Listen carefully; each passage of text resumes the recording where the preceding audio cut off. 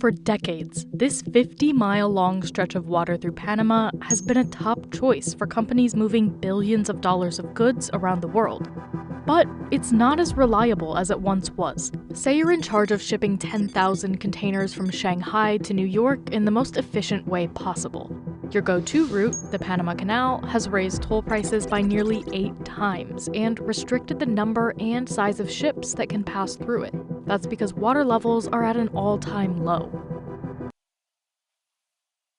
That's actually pretty interesting. I usually don't keep track of things related to the Panama Canal, but that's an interesting overlap of global warming and rising sea levels impacting how they are determining the cost and their ability to transport goods through the Panama Canal. Obviously, that's a huge bottleneck in transportation, especially as it can allow for easy transport basically through the Americas. So interested to see where they go with this. You could reroute via Cape Horn down here, which would add nearly 8,000 miles to your journey, costing you time and money. But what if you could cut through this little stretch of land right here? Enter Mexico's $7.5 billion interoceanic corridor, stretching 188 miles across the Isthmus of. Interesting. So this one is basically saying that Mexico is going to try to make a competing canal a little bit farther north. So then actually it would be an even shorter route if you're trying to go through towards something like New York. So that would definitely be an interesting option. I'm not sure how this would necessarily be impacted by the rising water levels, as they had just mentioned for the Panama Canal. Maybe due to the fact that the Panama Canal was built many, many years ago, that they didn't accommodate for that, and maybe Mexico is planning on doing so with their new canal. We'll see what they have to say on that. Tehuantepec, this railway aims to ease a major chokehold in what has become a global shipping mess. But it's not clear whether Mexico's alternative is going to be faster or cheaper. This is Mexico's plan to grab a slice of the multi-trillion-dollar global shipping industry.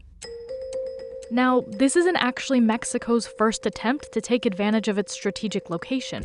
The Interoceanic Railway originally opened back in 1907 to move goods like Hawaiian sugar from the Pacific to the US East Coast. But it was essentially abandoned for trade a few years later after the country's railways began to be used by armed forces in the Mexican Revolution. And a few years after that, the Panama Canal opened, offering an alternative and much more attractive route for American businesses. So, a lot of people may be wondering, what makes it viable now? There are lots of things that have changed since the beginning of the 20th century. Today, reviving the railway is part of a bigger plan by the Mexican government to spread wealth across the country. You see, the new.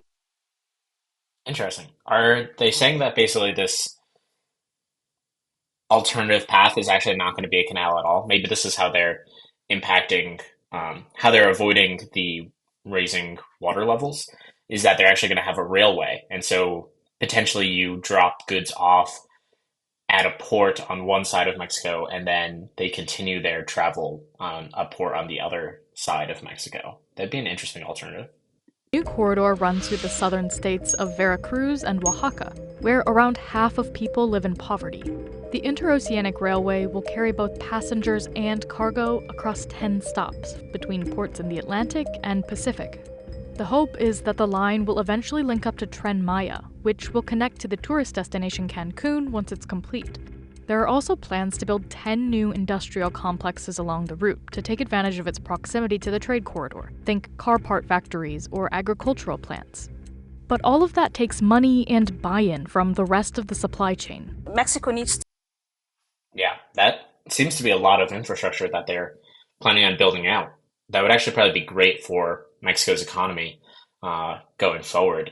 I don't believe that they have been doing all that well, generally speaking.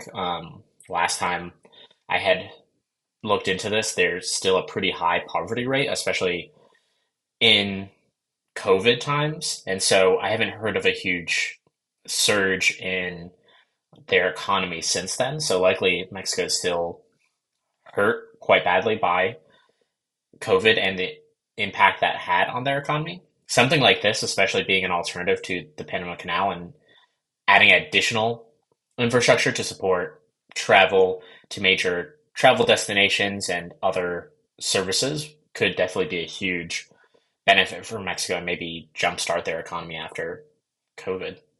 To convince investors of the attractiveness and the economic viability of these kind of projects and reshoring. So far, the project has received about $6 billion in funding from the Mexican government, and more than $2 billion in financing from international sources, including the World Bank. Now, Seems like a good amount of funding, but for the amount of infrastructure they have, I'm not sure if that would be, I'm not sure how much they expect it to take to be able to build something like this, though certainly I'm more familiar with like US prices, but usually a lot less infrastructure will be built in the US for that amount of money for I think they basically said 6 and 2, so about 8 billion. I'm wondering if they're planning on chunking this up into smaller segments in order to kind of have a proof of concept for this new railway and then maybe leverage that to get more investment either from their own government or elsewhere. supply chains are incredibly complex. But for this video, we're going to simplify the practice down to its building blocks: time, money, and shipping containers. If you're a shipping company, the more containers you move means the more money you'll be able to make, which is why the Panama Canal would probably be your first choice, because you can move a lot of containers in one trip. Over time, ships have been redesigned to take advantage of every square inch of real estate this canal has to offer. When shipping companies couldn't stack any more containers through this narrow stretch of water, they built even bigger new Panamax ships. And in 2016, Panama actually widened the canal locks by 70 feet. But now, some of those ships can't actually pass through the canal as often as before. You may have to wait more than 2 weeks out at sea, or bid millions of dollars just to get ahead in line. Wow, that's quite a bit of waiting. Also, it's interesting that they had mentioned droughts here. I thought earlier on they had mentioned rising water levels impacting this, which I would have assumed would have been the opposite problem of having too much water near the canal. Though they are mentioning droughts here, which obviously they use water to help move those ships through the Panama Canal as they raise and lower the level as ships cross. So interesting to see how they bring this back together. Because there's been a historic drought in Panama, which is leaving water levels at the nearby Lake Gatun at record lows. That's a problem, because the Panama Canal relies on the water from that lake to operate the lock system that moves ships through the canal, and that means shipping companies are losing time and money. That's where Mexico's interoceanic corridor could come in. Say you reroute to the port of Salina Cruz on the Pacific. You can then transfer your goods to the railway and pick them back up with a ship on the other end. In theory, it sounds great, but in reality, Mexico still has a lot of work to do to get its ports ready for an influx in traffic. Mexico might have a very good opportunity here to put itself as a key player on this map of international maritime shipping. But it's not clear whether Mexico's railway will actually be faster than the Panama Canal, which is about 50 miles long, while the railway... Yeah, that's a good point that they're trying to make here, which is for the businesses that are going to go through here, they're going to want to optimize how many goods they can get through. But I would certainly expect for a railway, you could likely transport a lot more goods at a particular time. And in the worst case scenario, it's probably easier to add more rails onto this line to have more parallel trains going back and forth with goods than you likely could with the Panama Canal over time, but maybe not at the outset. Is around 200. It takes about 8 to 10 hours to sail through the Panama Canal, while it could take 6 to 7 on the railway.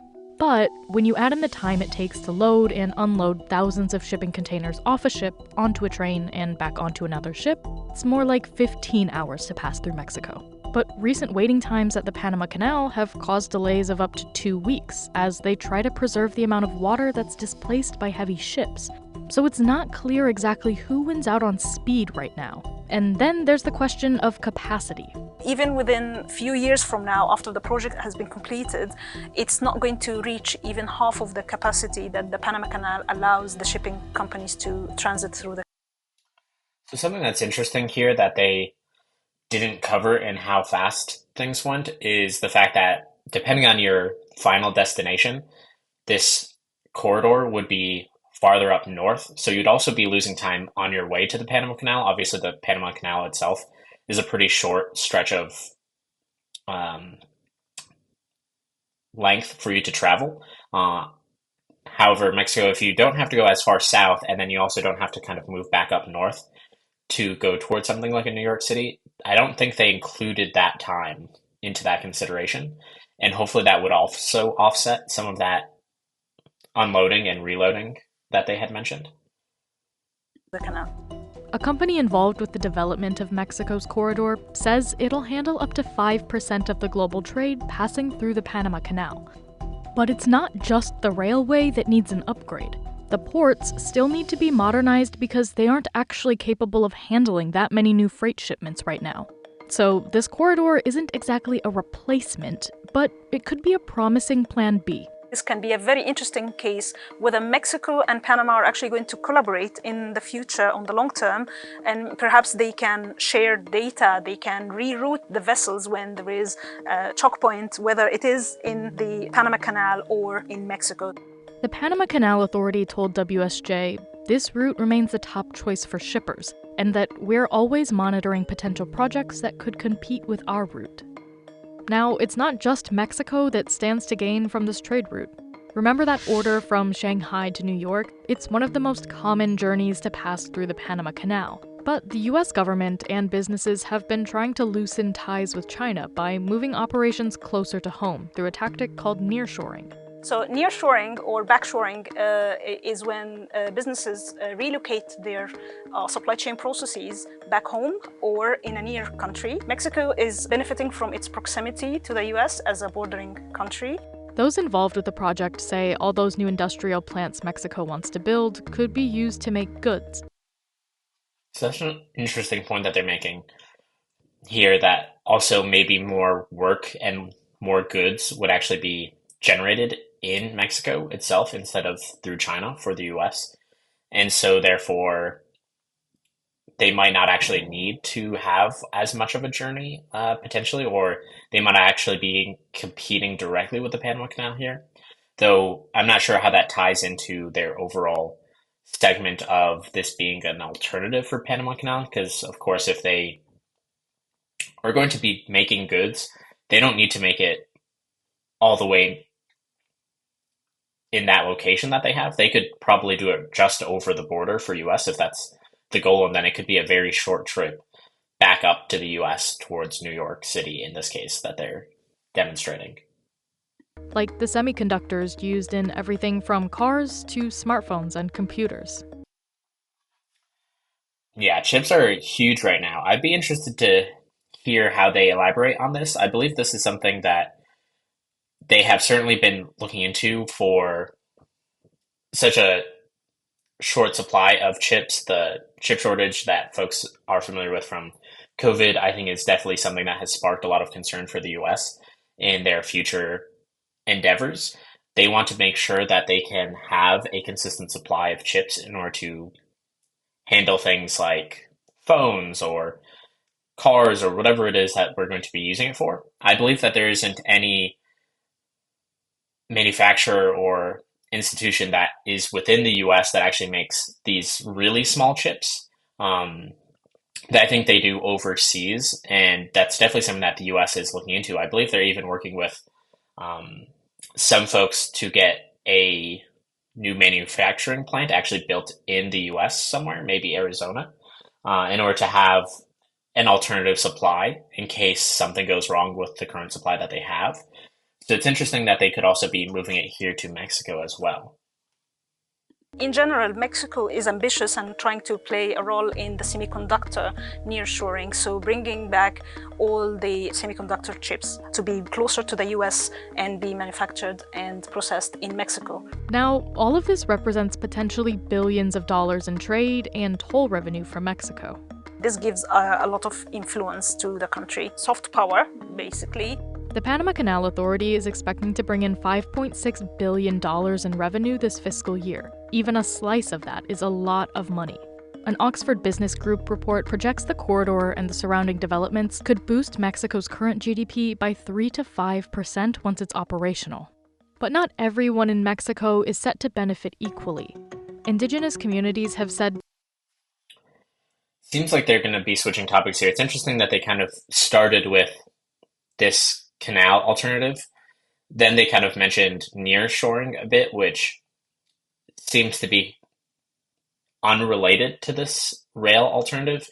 Again, because it wouldn't make sense to me that you would try to compete with somebody going through Shanghai to New York City and trying to be an alternative for Panama Canal. Mexico obviously borders the US, so you could literally have something that borders California or Texas or some other state and then just have it literally just cross the border instead of trying to go through this port on the side. But they do seem to be shifting topics here, so we'll see where they take it. dozens of families along the railway are being forcibly relocated, and that the construction poses a threat to the environment. People should care about this project because it really relates with how supply chains relate to our daily lives. When we place an online order or when we pay for a product that we buy in a shop, it is our money that finances the entire supply chain, probably also partially finances these infrastructure projects. In late 2023, both freight and passenger service began on the first section of the railway. But there's still more work to be done to upgrade the entire railway and ports. As for whether it will take on Panama, I don't really look at this project in terms of a rivalry between Mexico and Panama. I really think about this project in terms of what we call co-opetition. I think it could be more beneficial for the global supply chain networks to actually use both capacities of these two routes to ensure that there is a seamless flow between the Pacific and the Atlantic Ocean. Yeah, that makes a lot of sense. If their expectation is that the Panama Canal can actually slow down or even be weeks behind, likely if you're a business or you're trying to get your supplies over, you're going to try to maximize what is available to you. So interested to see if there's more on this in the future, but thank you for watching. And if you like what you saw, please hit like or subscribe, and I will see you around.